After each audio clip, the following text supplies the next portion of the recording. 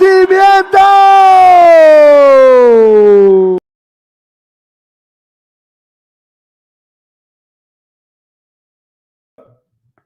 Hey everyone, this is Diamond Rivera of the Live Discussions with Diamond podcast, coming to you live from New York City.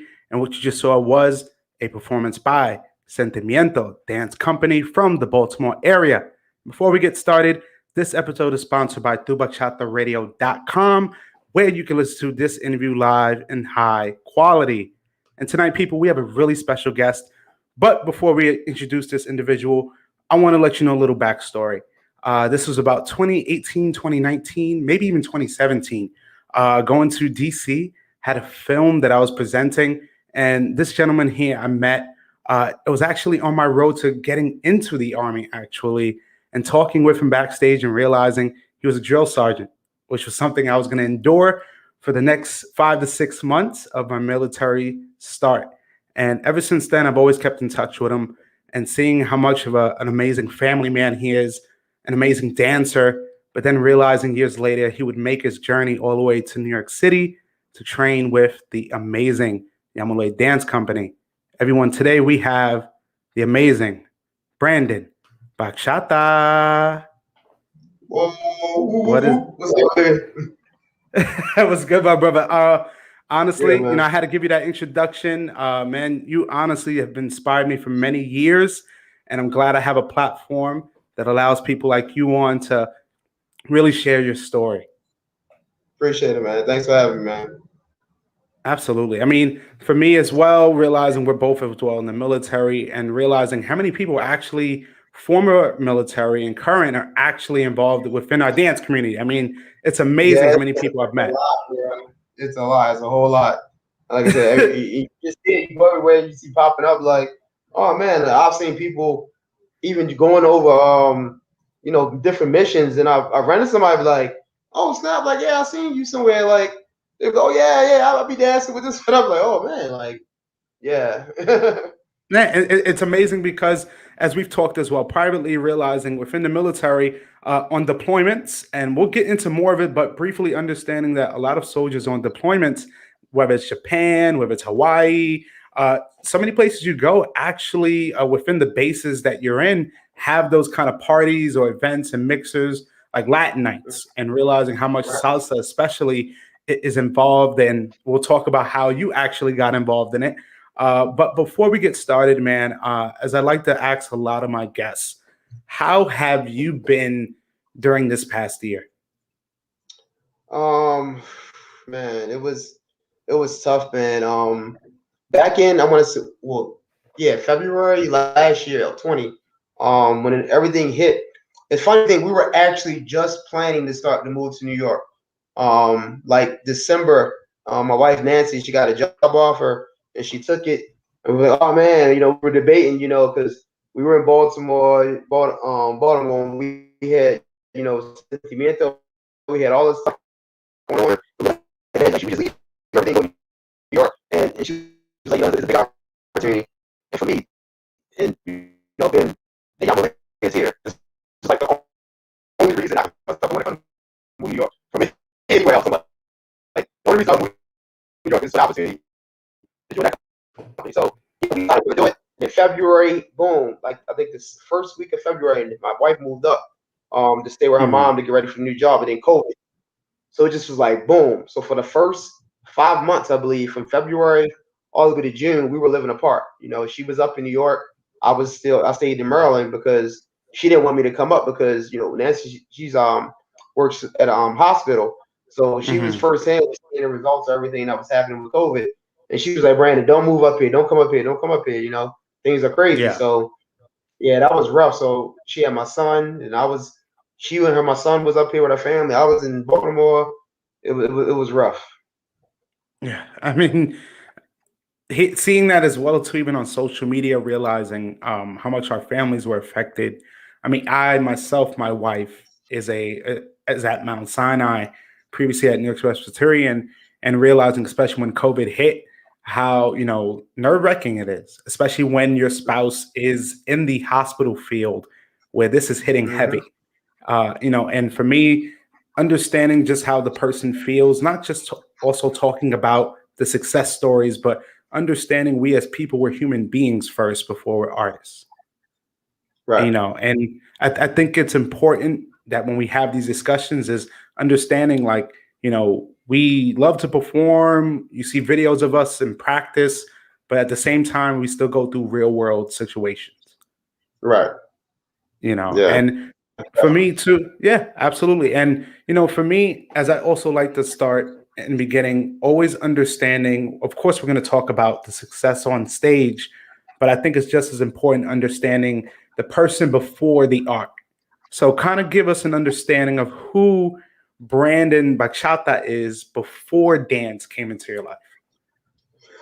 Oh man, before dancing, man, I just was a dude from Baltimore, man. I was, grew up in Baltimore, pretty much lived there my whole life. Um, by out the age of 19, I Hmm. decided to join the military. If anybody know anything about Baltimore City, it's everything they say it is and much more. I'll just leave it as that.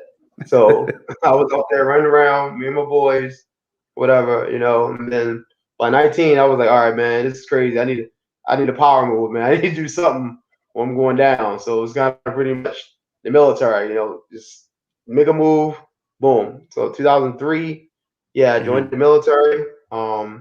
Worked a couple. I went National Guard when I first started. I was infantry, Hmm. so did infantry, 10 years. Got deployment. Like I said, was deployed to Guantanamo Bay, Cuba. Went to Iraq. Um, that was pretty much it, man. And then military life and working, security jobs or whatever as a reservist. That was pretty much my life. And then boom, salsa hit in '08, and that was my first little taste. And then everything else, pretty much. It's history. That's it.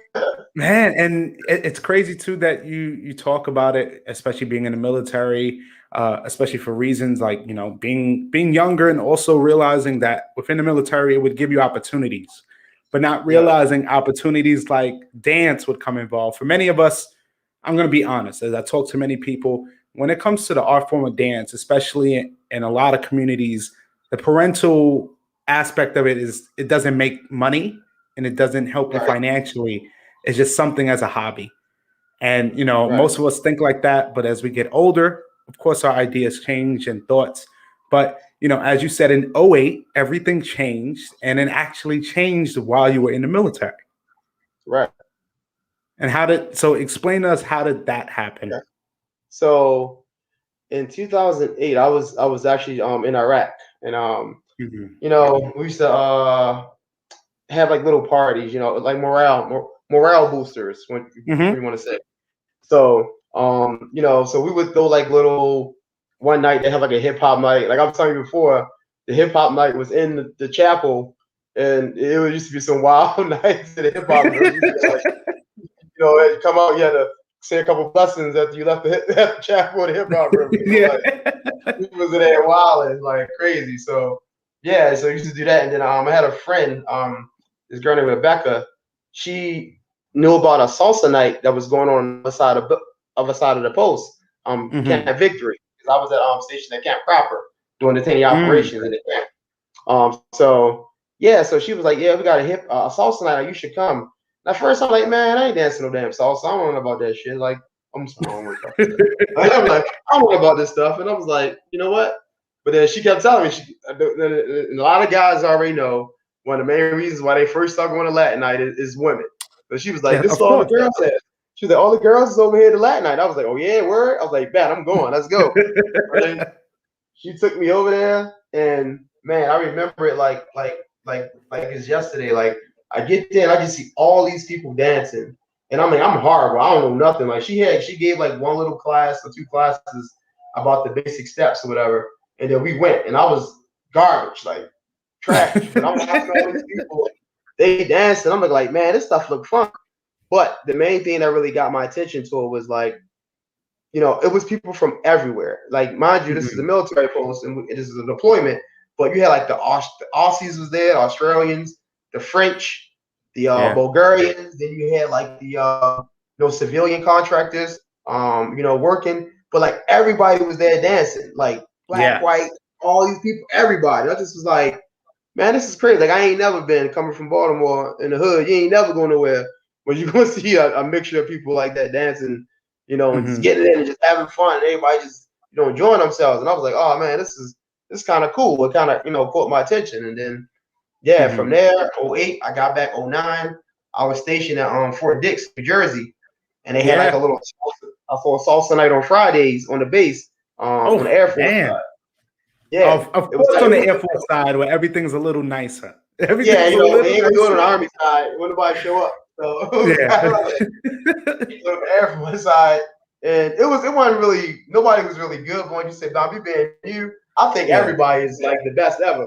So I'm just watching everybody like, oh man, these people are great, and there'd be like 10 people there, but yeah, from there I just I loved it, man. I was like, I love the vibe, I love the atmosphere. It's a lot different from what I was used to growing up, so I just kind of naturally gravitated towards it. Absolutely. So my next question is, from those moments, those initial moments of going to these events and kind of getting influenced there, where did you take your first class? Like, where did that start? And of course, like you then want to research and see where you could take the kind of a class nearby. So what was that experience like? Yeah, I mean, being up there, it was pretty much. I'm trying to think. I was in Jersey. I didn't really take no classes I was just like going to the parties, whatever. But it was when I got back home in '09. Hmm. Um, I got back to Baltimore, and so soon I got home, I'm googling like, all right, what salsa places I can go to, man. I gotta find some spots. And there's this spot. Well, it's closed down now, but it was like a big thing about it was called Latin Palace, and it was Hmm. downtown Fells Point area. So as soon as I found out about it, I just automatically first night I was in there, and inside there they had a teacher, this guy named Johnny, Dominican dude, and Hmm. this lady named Arissa. I think she's like Filipino or something. They Yeah. were teaching classes in there, and it was on one. Of course, that was another thing to start off. Everything was on one. I was always on one when I first started. Um, and it was like I would just go in there. It was $10 for the class.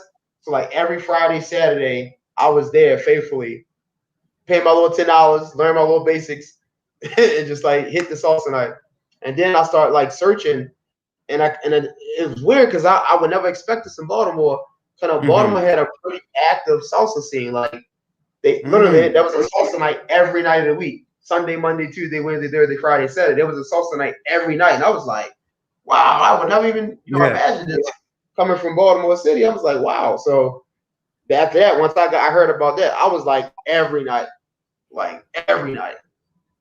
Man. So do you remember kind of the first school you attended to kind of gain that curriculum, gain that structure in a sense? Oh man. First school, well, it was a guy named Sean Clymer, in Baltimore City. He had a dance company called Georgia Boy Dance. Mhm. And he was like this big ball. He was a big ballroom guy. Like he Yeah. was like 30 some years. He used to teach at Arthur Murray, whatever. So he kind of opened up his own little dance company in Baltimore. Mhm. So I used to just go out, dancing for fun, taking my little classes with Arissa and and I actually started getting pretty decent pretty fast because even before salsa, then I always knew how to dance, like hip hop, Baltimore Yeah. club. We used to be out in this club, getting it in. So dancing was never an issue of rhythm and movement. It was just I just Mhm. didn't know the structure of this dance. So Yeah. once I started, getting the basics, and okay, this is this, boom. It was like I started learning real fast because I'm like, once you dance. So it was kind of Mhm. like he saw me. He kind of was like, oh man, like I remember when you first started. He was like, man, you learned a lot real fast, and he wanted me, which was the worst choice ever to think about it. Going back to think about it now, but he wanted me to join his, teacher, instructor, trainer program so I Mhm. could start teaching at his company. Of course, the ballroom mindset is, get as many people you can to teach, make as much money as you can.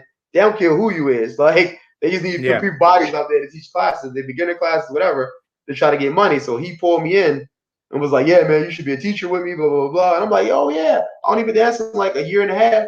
I'll do it. Just like he was the first guy that really kind of taught me that brought me in like the studio mindset Mhm. of doing classes and stuff like that.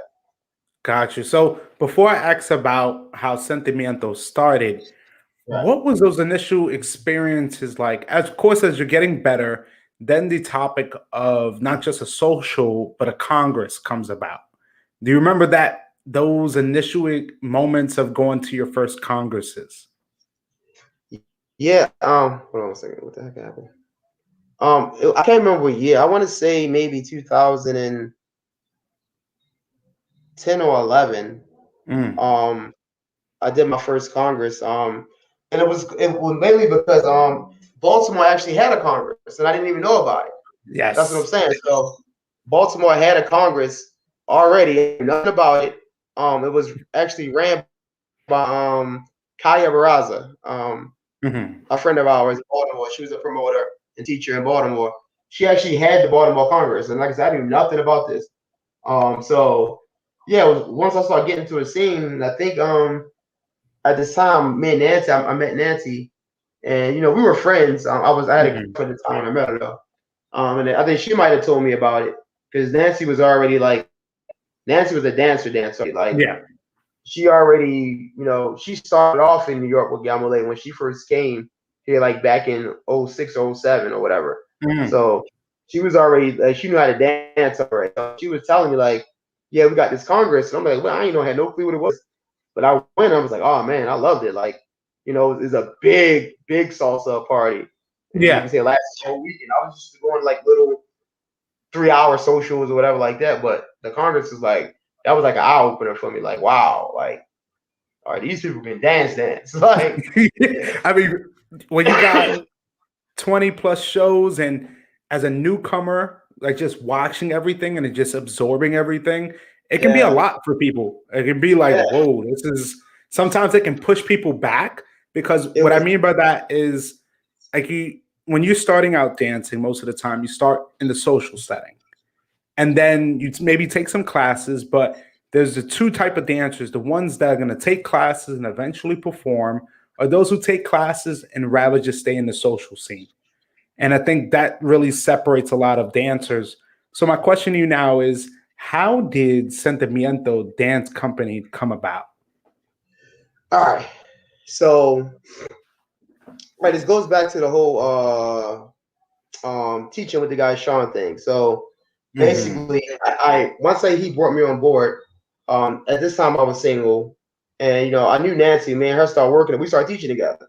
So we naturally started teaching together, doing classes. So we thought about we came up. I want to say with the first like broken down detailed bachata boot camp in Baltimore, like before Mm, everything started salsa.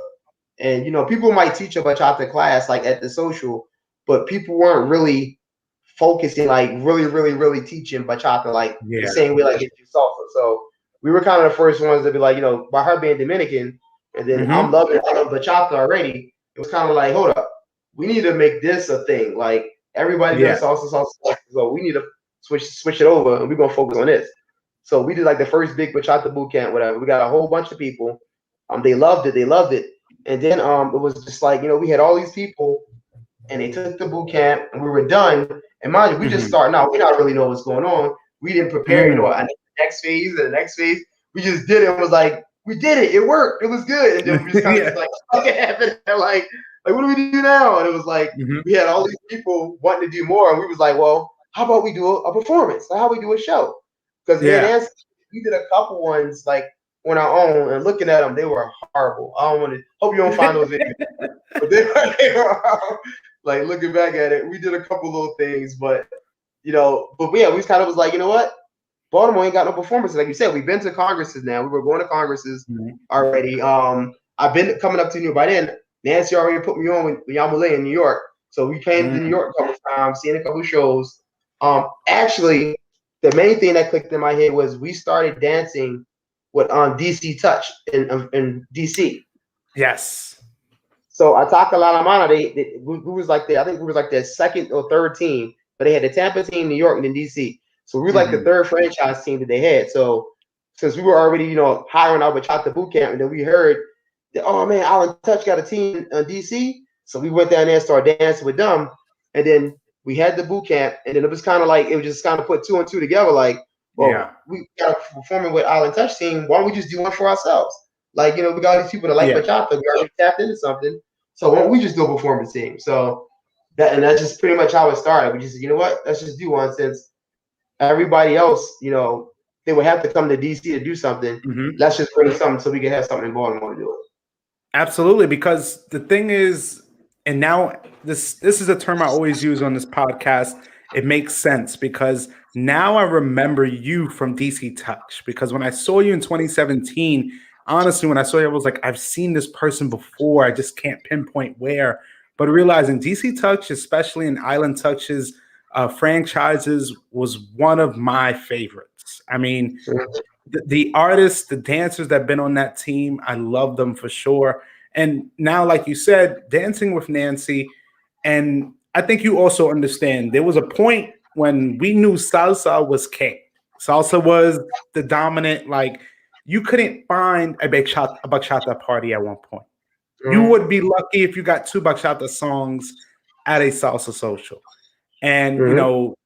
after a while, I think also DC was really big in accepting bachata. And Mm-hmm. I think that was one of the hotbeds besides New York was specifically DC.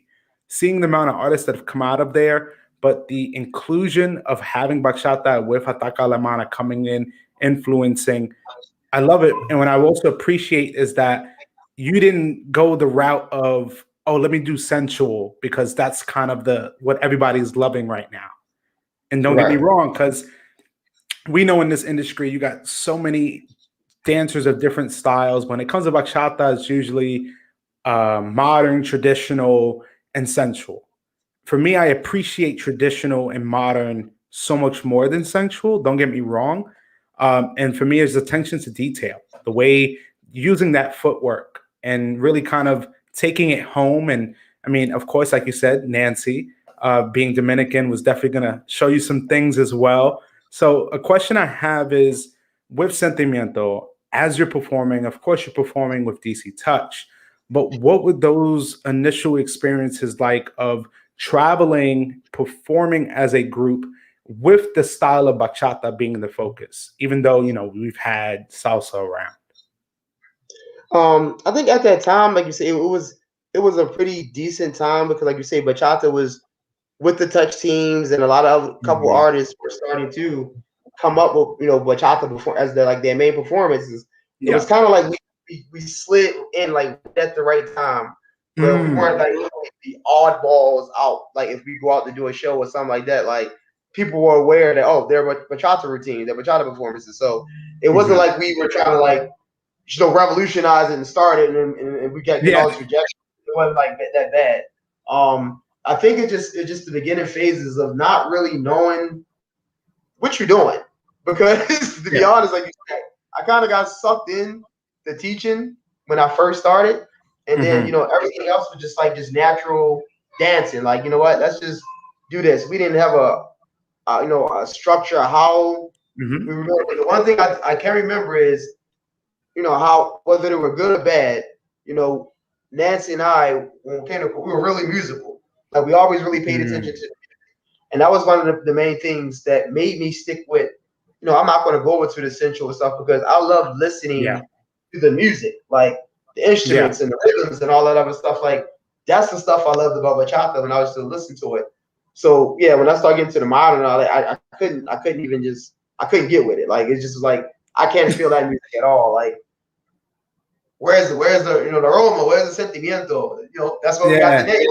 That's exactly how we got the name because almost every time you hear a good bachata song, whether it's Al Chaval, Anthony Mhm. Santos, Luis Vargas, they always say sentimiento, and they play the guitar. I'm like, oh, Yeah. I'm like, feel that. You got to feel that. You got to feel that. So that's actually where we got the name from. That Mhm. from bachata and those artists that would really play those good feeling bachatas. So yeah, and it was just like, man, the scene was cool. Like I said, we were kind of new, trying to figure it out, but it was like bachata was going to be our thing, and we kind of just knew, like, you know what, that's what we love. I love bachata.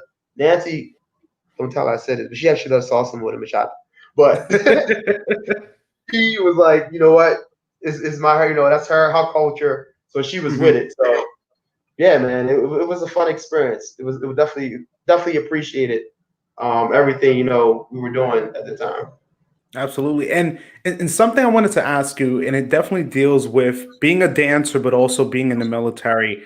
While I Mhm. was in training, I remember, know we have a lot of time to ourselves sometimes, and we think about stuff.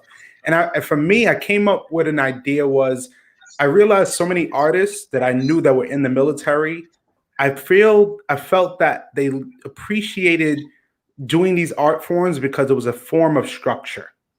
There was actually, like, within the military, we're trained to do things, and we kind of take on the challenges, and kind of when you're thinking about dancing, something that you're not used to doing, really Right. taking on that challenge instead of kind of giving up. Do you feel like, dance and the kind of military structure of having, specific rules and guidelines to things, do you think those correlate with one another? Yeah, I think well, this is something I'm learning now by dancing with Yamulee. And it's funny because Osmar, he Hmm. comes from a heavy sports background. He played like baseball, he did all this Yep. stuff. So and he give a lot of speeches, always giving us an earful about something. But a lot of stuff he be saying and the way he say go about doing it, and he'll look at me, he be like, right, and that's right.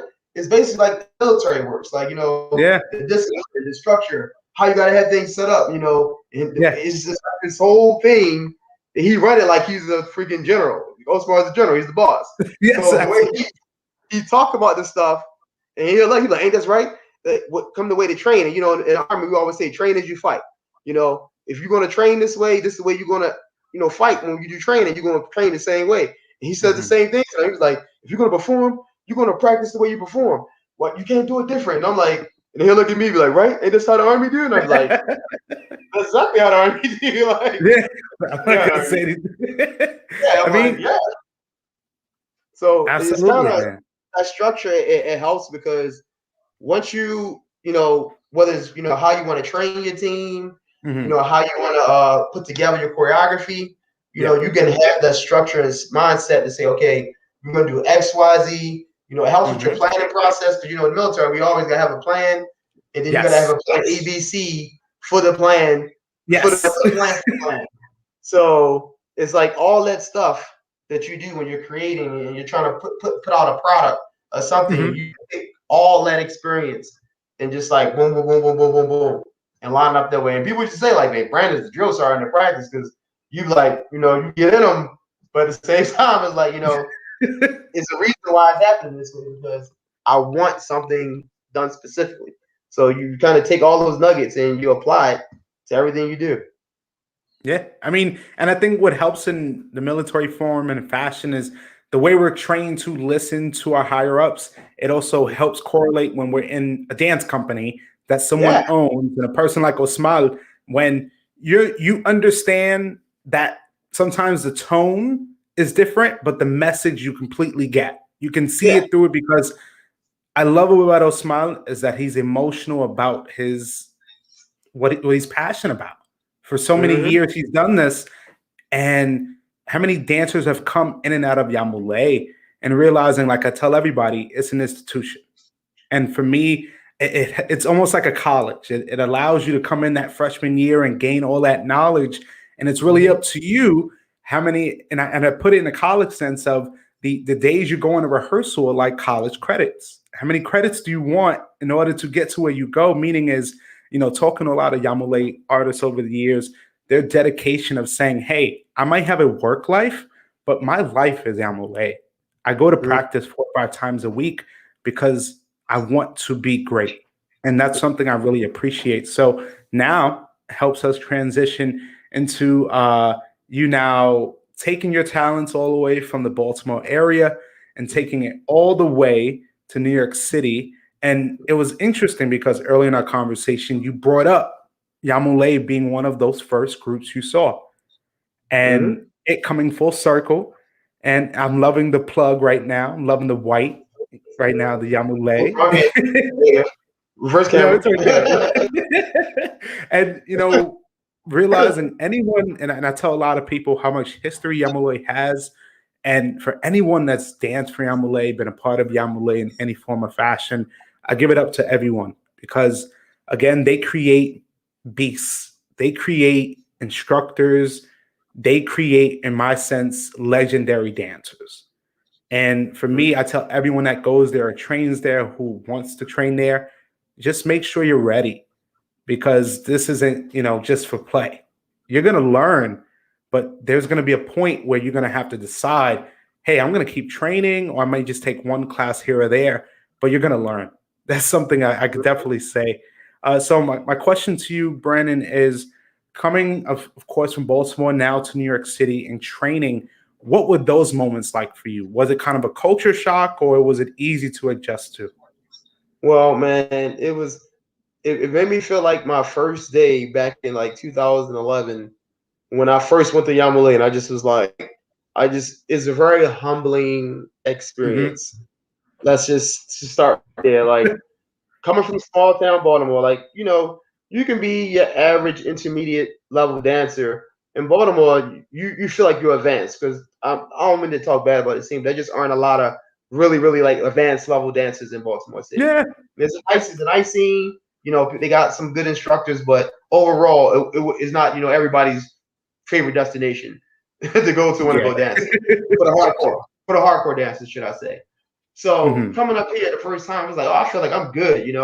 I'm killing it. And I'm a teacher in Baltimore, and man, the first couple of classes, I literally I think the first class I really did half of it and just sat. Was like, I can't keep up. Like they just move way too fast, and things are happening 1,000 miles an hour coming to my head. Yeah. And when I came up here from Baltimore, I've already been dancing, training with Yamulee for years. I've been coming up, taking privates classes, but because of COVID, I didn't dance for like 6 months, 6 or 7 months. Hmm. And when I told Osmar I was coming up, he was like, "Yeah, come on, come to the studio." And this was like, so last time I probably danced was like February, so February, March, Hmm. April. So it's about 5 months. So July I come in and we got practice, and he's just like, let me show you something. Pull out to the side. We working on a Hmm. routine. I'm dancing with Bahari at the time. As Hmm. soon as I came in, he's like, "Yeah, you go to Bahari. Like I already seen you dance. You've been Yeah. training with me for a while, so I know you can keep up." He's like, "Go to Bahari." So I goes in, and the guy Lucas. He's showing me. We were working on Ritmo. Probably showed me like 3 times. He's like, "Music, go," and I'm like, Yeah. "Whoa, like bro." I'm like, "You just showed it to me like twice."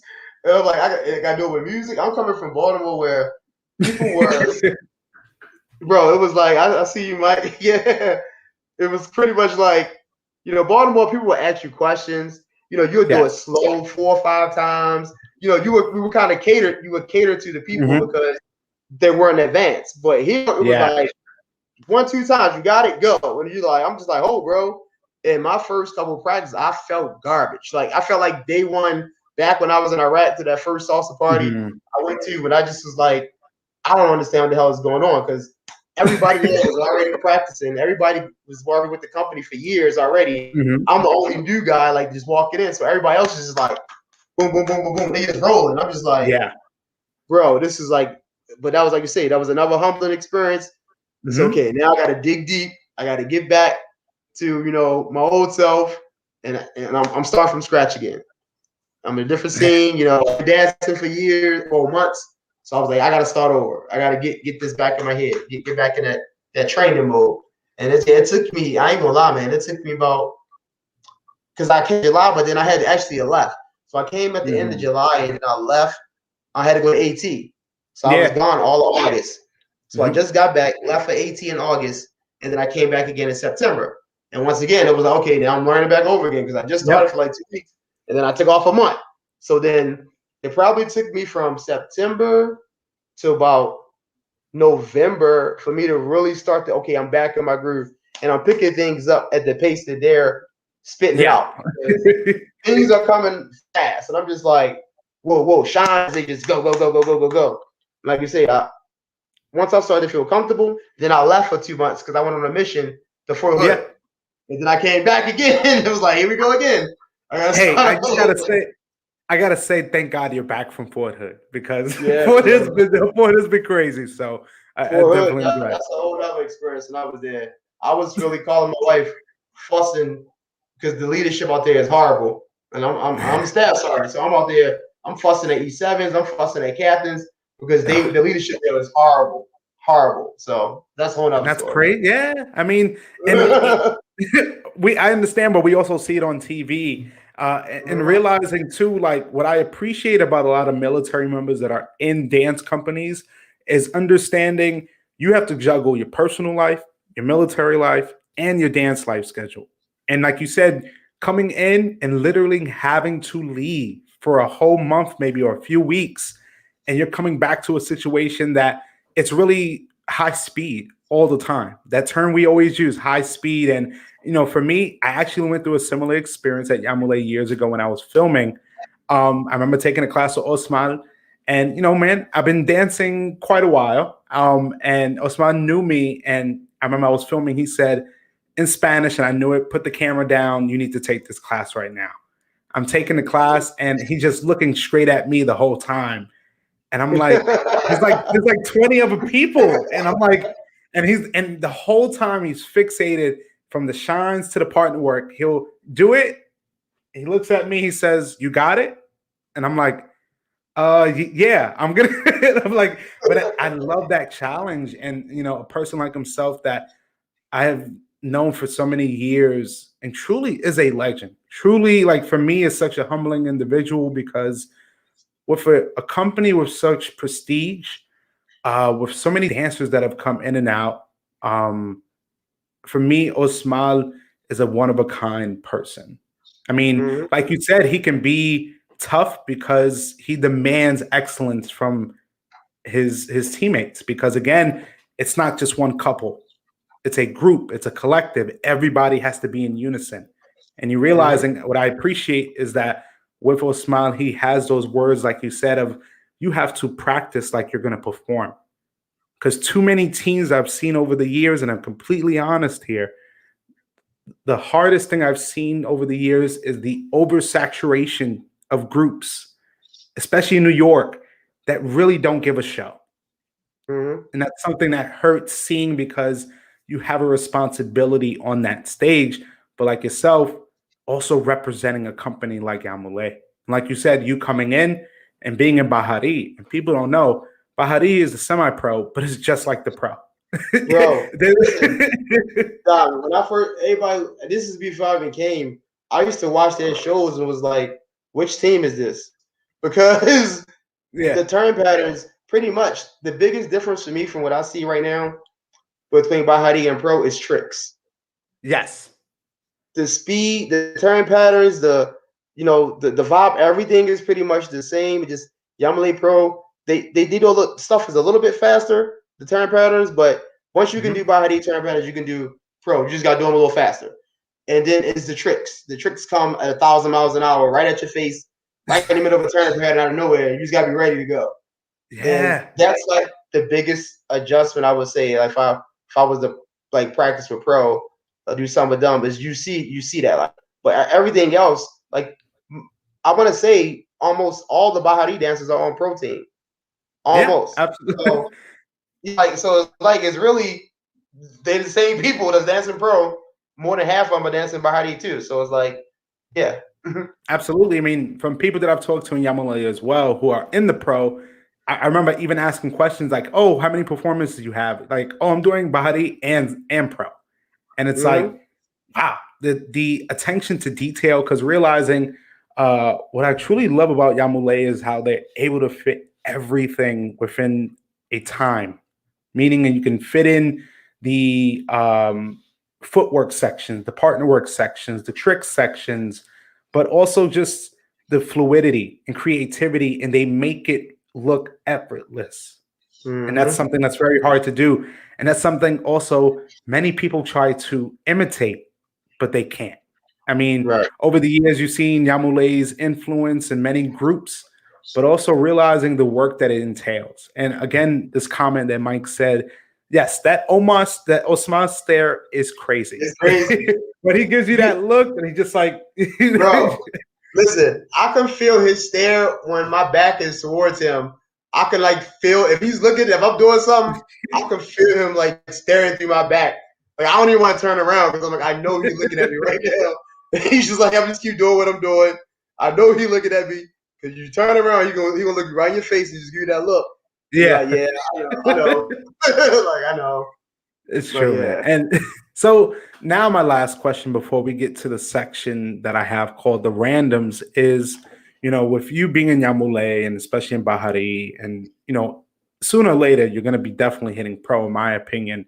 For me, a question is, what do you feel is your future within dance in general? Like, how long would you like to keep dancing? And do you kind of have that 5-year plan in your mind? Um. Wow. How long I would want to keep dancing? Basically, as long as my body can move, Mm. I'm like freaking Eddie Torres. I'll be 78 years old out there taking a little something, at the Congress, whatever. If I can move, I'm willing to go. As far as 5-year plan, we'll see how that goes because I got a couple big events coming up. Mainly, Mm, my wife Nancy. We have a baby girl that's due in 2 months. that's In beautiful. July. So once the baby come, Yeah. it's a lockdown for a bit. So that's gonna basically put a pause Mhm. for a little while, and then next year, 2022, I'm Mhm. slated to deploy to Iraq again. So that's gonna be a Mm. year. Then I'm gonna be gone. I think I leave in May 22, and I come back. I'm thinking March time frame. Yeah. 23. So um, I won't stop dancing when I'm overseas. I already know what they Mhm. got salsa stuff going on over there. So Yeah. I'm gonna definitely try to keep it up. If I got to do some Zoom classes, if it's 3 o'clock in the morning, Iraq time, and they here in New York doing classes, I'll be up doing some classes to Man, try to stay sharp. But yeah, that's about it. And after that, we'll just see where things are. I definitely would like to try to get back into the company. I'm pretty sure most will have no problem welcoming me back. And then we'll just see if we can go from there. I know I'm gonna have 2 kids. I got a yeah. 2-year-old now. I'm gonna have a little baby. Yeah. Still got my law enforcement job. I got like 5 things going on in my life. And then it's dance, but it's like I love it that much, and crazy work schedules, but I fit it in, because it's a passion. Like I said, it was an opportunity that I could not pass. Being able to come here in New York, so whenever I settle, all this settles, and I'm back in my flow, I'm definitely planning on getting back into it. So it's a matter of how soon, when that's going to happen. Probably after March 23. But yeah, from Mhm. there, I plan on just trying to dive back in as much as I can. Absolutely. I mean, and again, before we transition to our last segment, I want to thank you for your service. Yeah, man. You too, man. You too. Definitely, definitely. I Man, I was appreciate it. once And almost now your drill sergeant, man. I was I know. almost your drill Yeah. sergeant. I mean, you're a few miles away, but I still feel the presence here. And for me, I'll tell you this, like I've told many people, and I've told you as well. Even when I know I see you, I'll still have that drill sergeant focus in my mind. I mean, no matter what, you're a dancer, but to the army, you're my drill sergeant. So I definitely appreciate you. And now it helps us transition to our last segment called the randoms, which is about 10 questions that allows myself and the audience to get to know you a little bit better. So, Brandon, all I need to know is when you are ready. Let's go. I'm All open right, book. this one, I'm going to change it up. What is your favorite? And this is a military question. What is your Mhm. favorite MRE? Oh man, they don't make them no more. My favorite one that I used to love back basically was beef teriyaki. Um, Mm. it was pretty good. For now, I want to say my favorite one is probably like cheese tortellini. Yes, I've had cheese tortellini. I've traded a few of those during my time. So, all right. Next question is: if you were at an event right now and you could dance with one follow, who would it be? But disclaimer: it can't be Nancy. It has to be Okay. someone totally just that one dancer that if you could have one dance, it would be That's that. the easy one. That's the easy one. Probably my favorite followers to dance with is Melanie Mercedes. Oh, yes. Yes, Yeah, definitely. she's one of my favorite followers. We Man, had I some really, mean, we had some really good dances put together. I probably got like one or two. One of them, I think, I mhm. got one video recorded with her, but we've had some really good dances. Like, oh. Definitely big shout out to Melanie Mercedes as well as her partner Andrew Avila. All right, next question is what is your dream vacation destination? Man, I want to do like a Euro trip. Like, Mm, go hit up Rome, yep. Spain, Italy, France, just bounce around Europe, hit like maybe 7 countries in like 2 weeks, and just Mhm. just have a good time. That's like my dream trip. Okay, I've never been awesome. in Europe outside of like military stopping in Germany and Ireland on my way to Kuwait. Man, I mean, all I'm gonna say, I mean, your deployment is gonna be, you're gonna get paid very swell. So, yes. So you're talking about all of those bases, yeah, that money. So What's I happening? definitely would, absolutely, 24. absolutely. All right, next question is, what is something that you want to see change within the dance community when things really are kind of back to normal? Something I want to see change, and this is the hardcore bachatero in me, um, is that people come to terms that bachata is bachata. Like, Yes. let's just start, and everybody, oh, this evolution thing and all this other stuff. I say, okay, I can show you how bachata evolved. Like bachata, but just bachata has already evolved from Hmm. when it was a form of bolero to what it is now. It's like, accept it, that all these sensual stuff, it's just marketing, and Hmm. just, accept bachata for what it is. And anything else you want to create after that, feel free to do it, but just leave my baby alone. Leave bachata alone.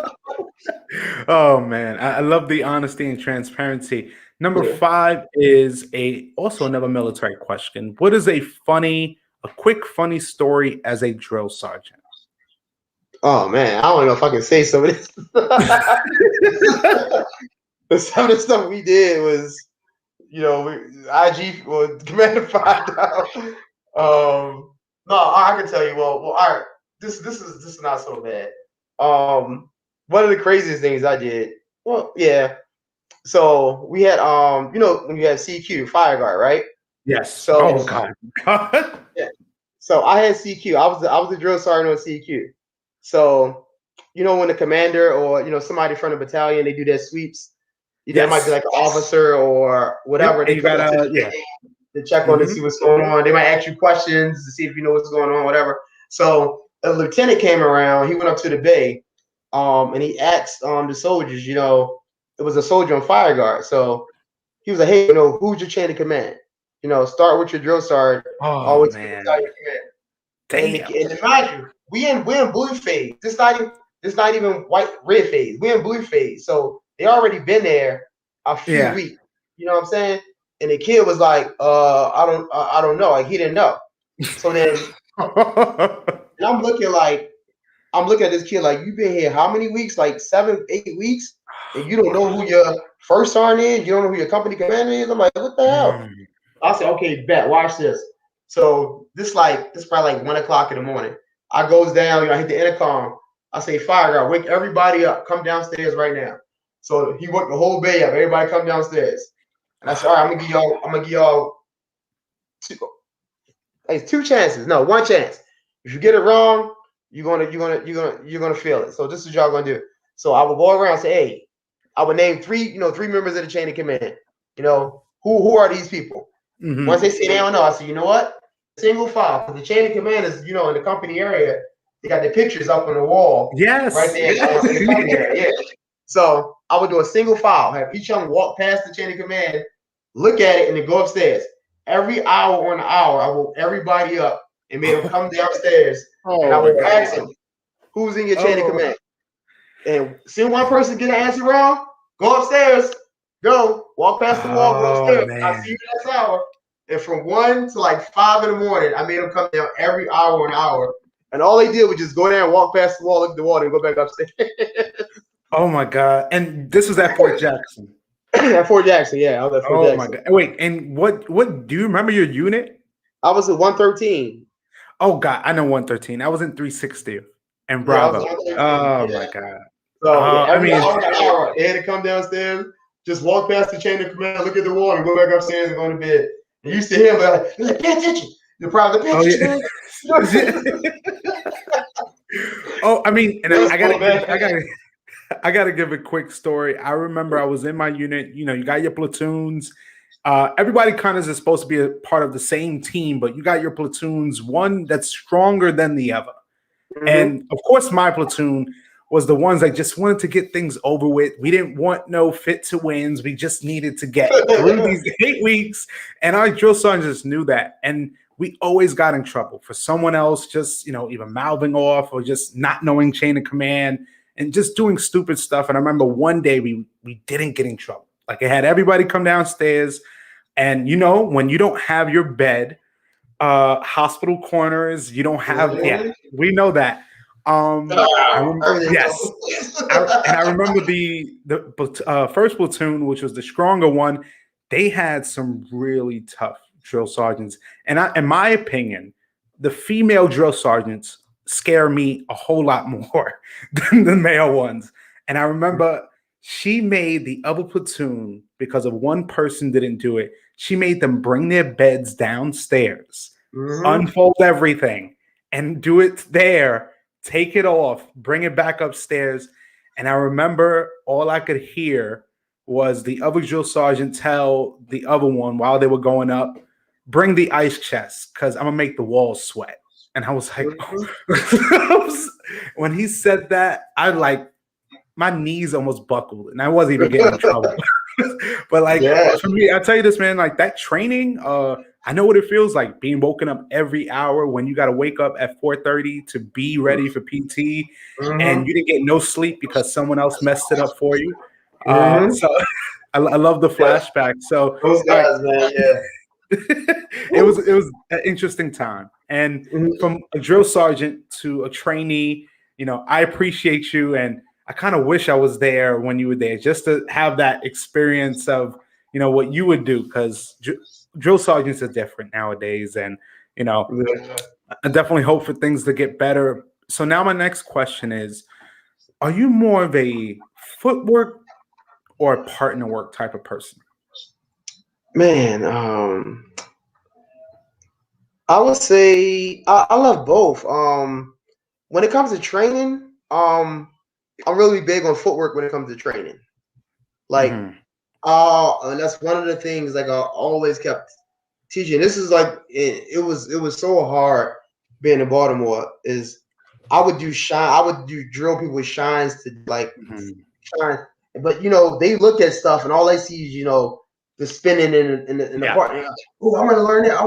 When we going to learn that? When we going to do part work? And I'm like, look, you can't even do a Suzy Q right.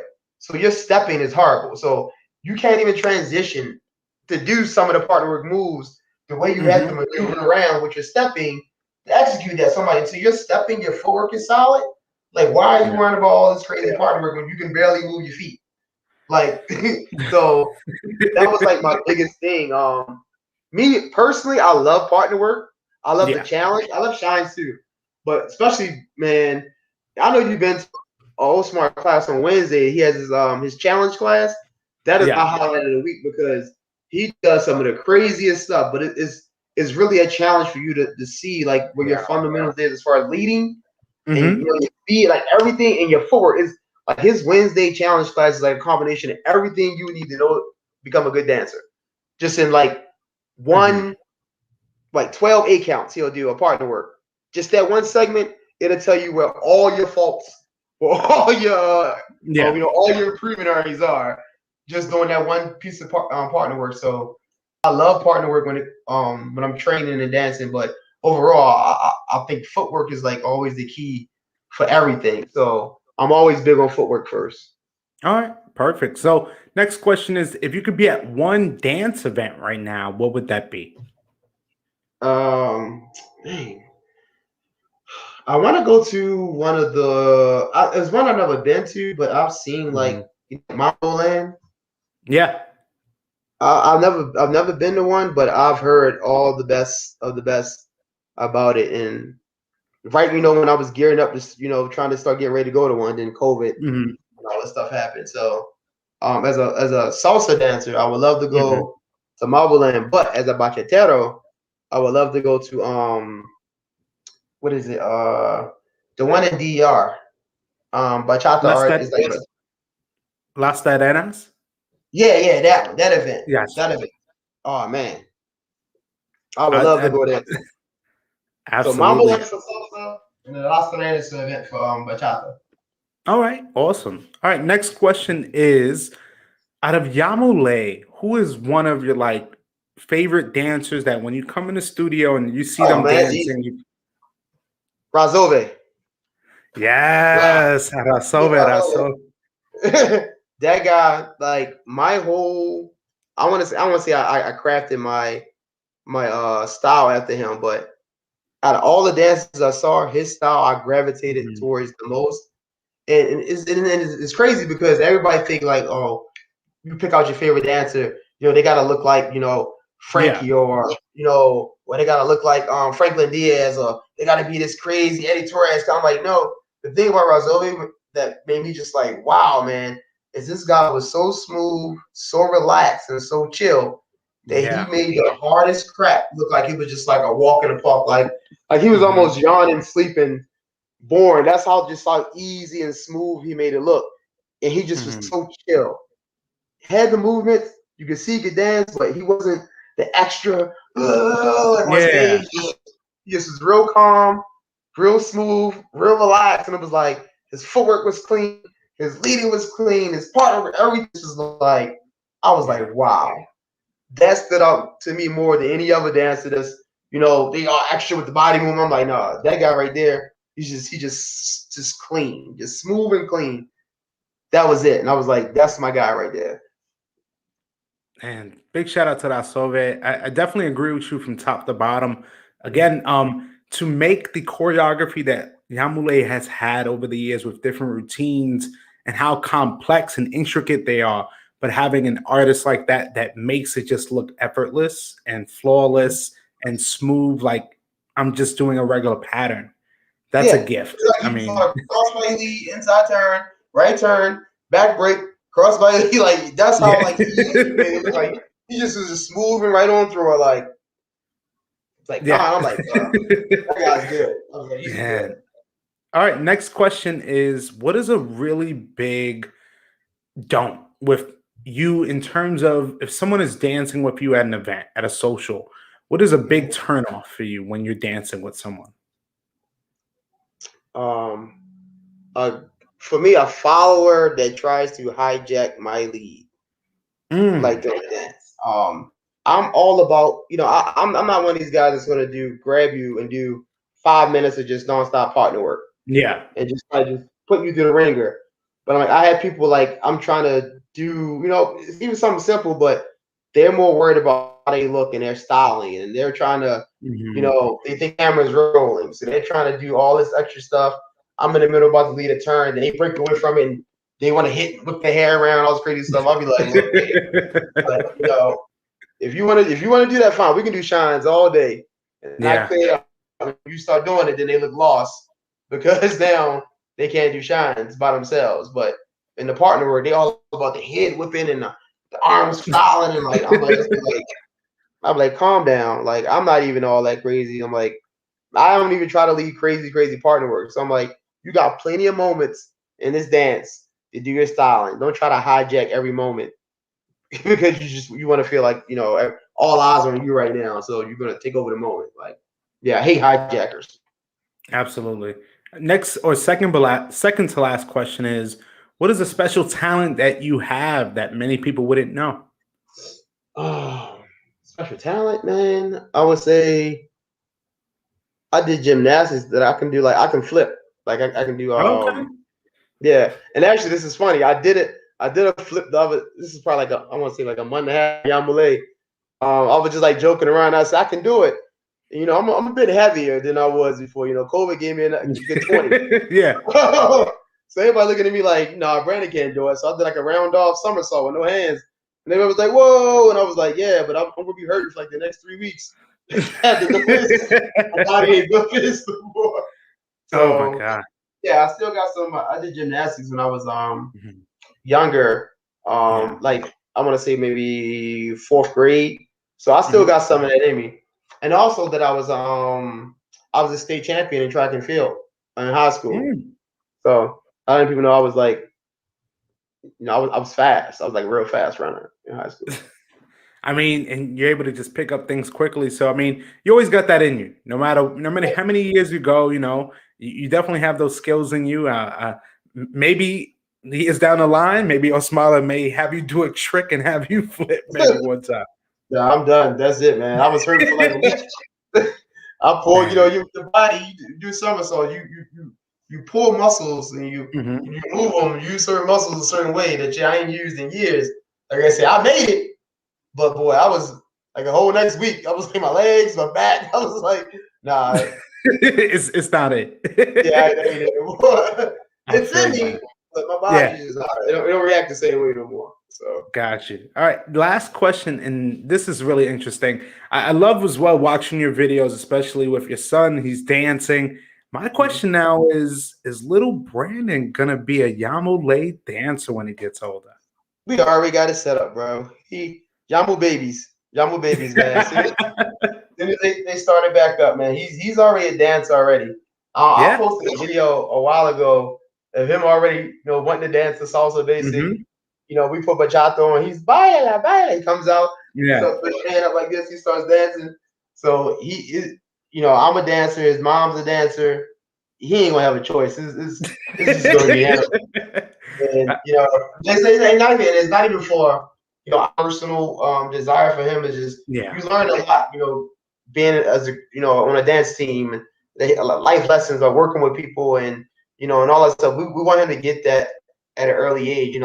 As well as sports. I'm definitely going to put him in sports, but dancing, I definitely want him to have that experience, especially while we're here in New York. Like you're not going to get it nowhere better. So might as well take advantage while he's young to get him as soon as possible.